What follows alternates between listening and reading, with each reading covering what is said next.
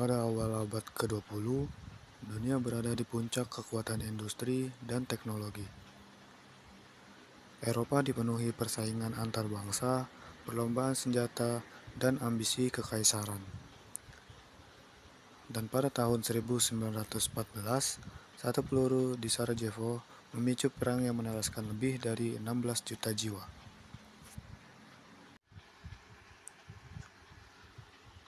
Archduke Franz Ferdinand. Ia seorang putra mahkota Austria-Hungaria yang kematian tragisnya di Sarajevo menjadi pemicu awal Perang Dunia Pertama.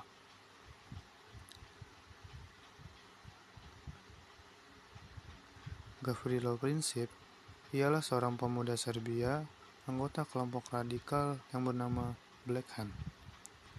Tindakannya yang membunuh putra mahkota Austria-Hungaria memicu terjadinya krisis internasional.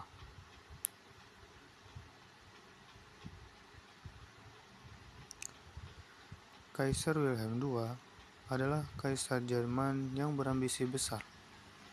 Dia mendorong Austria-Hungaria untuk bertindak keras terhadap Serbia dan berperan besar dalam eskalasi perang.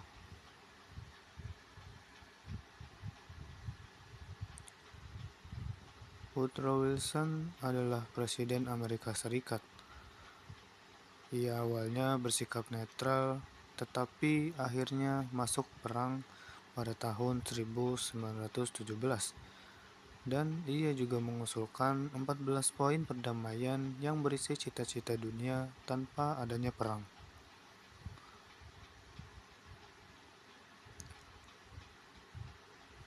Tsar Nicholas II merupakan pemimpin Rusia yang mengirim pasukannya untuk membantu Serbia. Akan tetapi, ia digulingkan dalam revolusi Rusia pada tahun 1917. Rusia pun keluar dari perang setelah itu.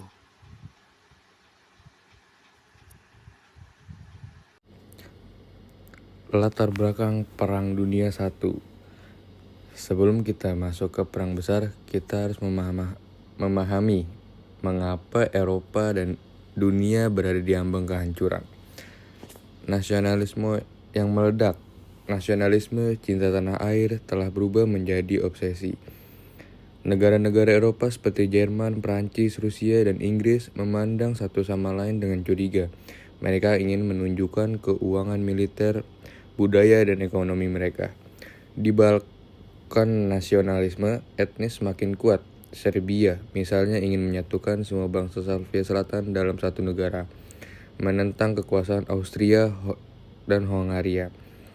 Imperialisme dan persaingan kolonial.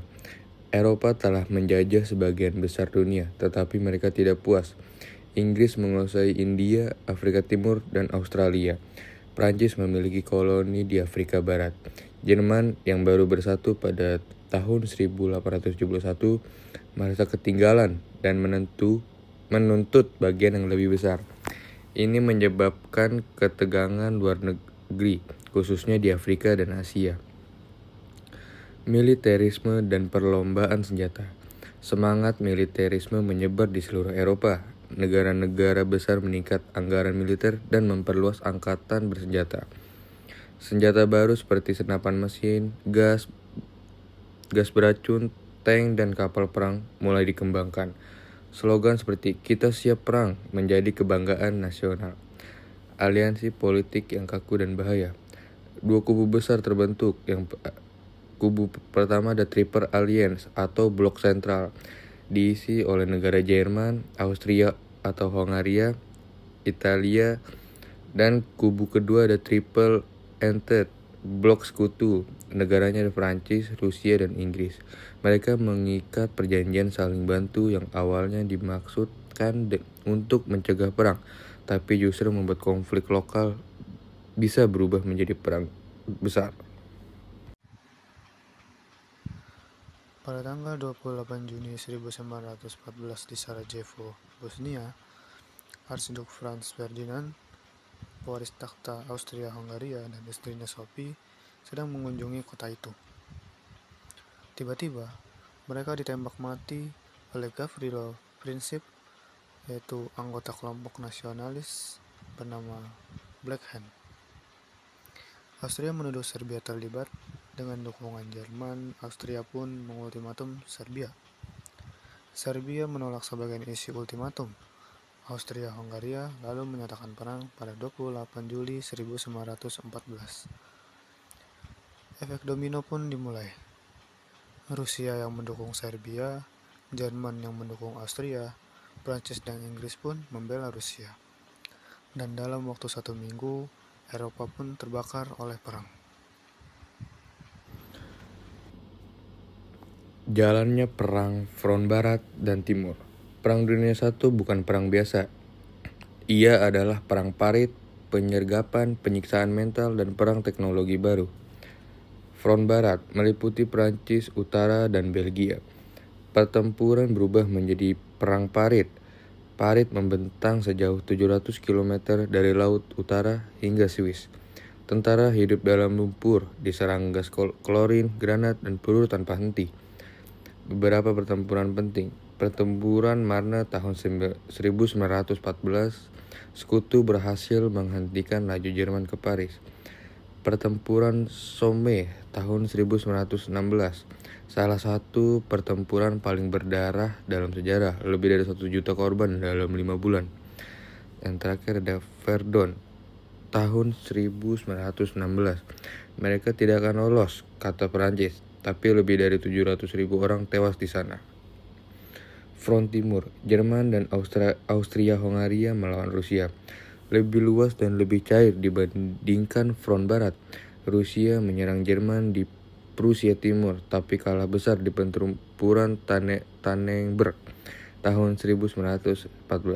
Namun Rusia berhasil menahan Austria di Galacia dan Karpatia.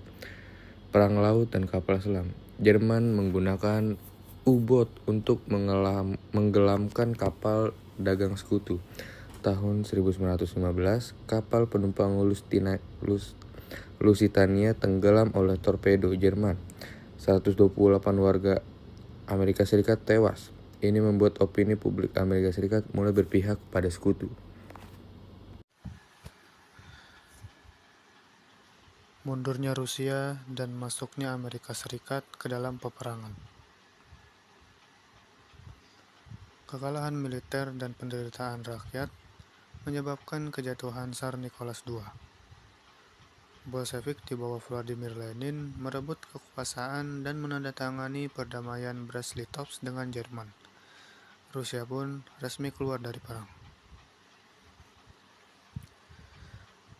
Presiden Woodrow Wilson awalnya netral, namun aksi U-boat Jerman dan bocornya telegram Zimmerman, yaitu rencana Jerman mengajak Meksiko menyerang Amerika Serikat, membuat Amerika bergabung dengan Sekutu. Masuknya 2 juta tentara segar dari Amerika Serikat mengubah arah perang. Akhir perang dan perjanjian Versailles. Tahun 1918, kekuatan blok sentral mulai runtuh. Kekaisaran Ottoman menyerah, Austria-Hongaria pecah menjadi beberapa negara baru, dan Jerman kehabisan sumber daya dan dilanda revolusi internal. Menyerah. 11 November 1918 pukul 11 siang, gencatan senjata resmi diumumkan. Perjanjian Versailles tahun 1919 ditandatangani oleh Jerman.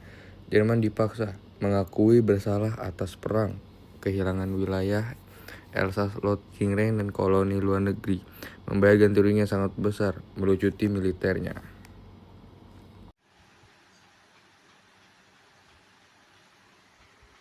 Perang Dunia Pertama mengubah wajah dunia. 16 juta orang tewas, termasuk warga sipil, dan 21 juta lebih orang terluka. Lalu runtuhnya 3 kekaisaran. Yang pertama, Kekaisaran Rusia, kedua, Austria-Hongaria, ketiga, Kekaisaran Ottoman. Lalu peta Eropa yang berubah drastis. Munculnya beberapa negara baru, seperti Polandia, Yugoslavia, Finlandia, Cekoslowakia, dan seterusnya. Liga Bangsa-Bangsa dibentuk untuk mencegah perang lagi, tetapi gagal. Dan yang paling penting, Perjanjian Versailles yang menghina Jerman justru memicu bangkitnya Nazi dan menjadi awal dari Perang Dunia Kedua.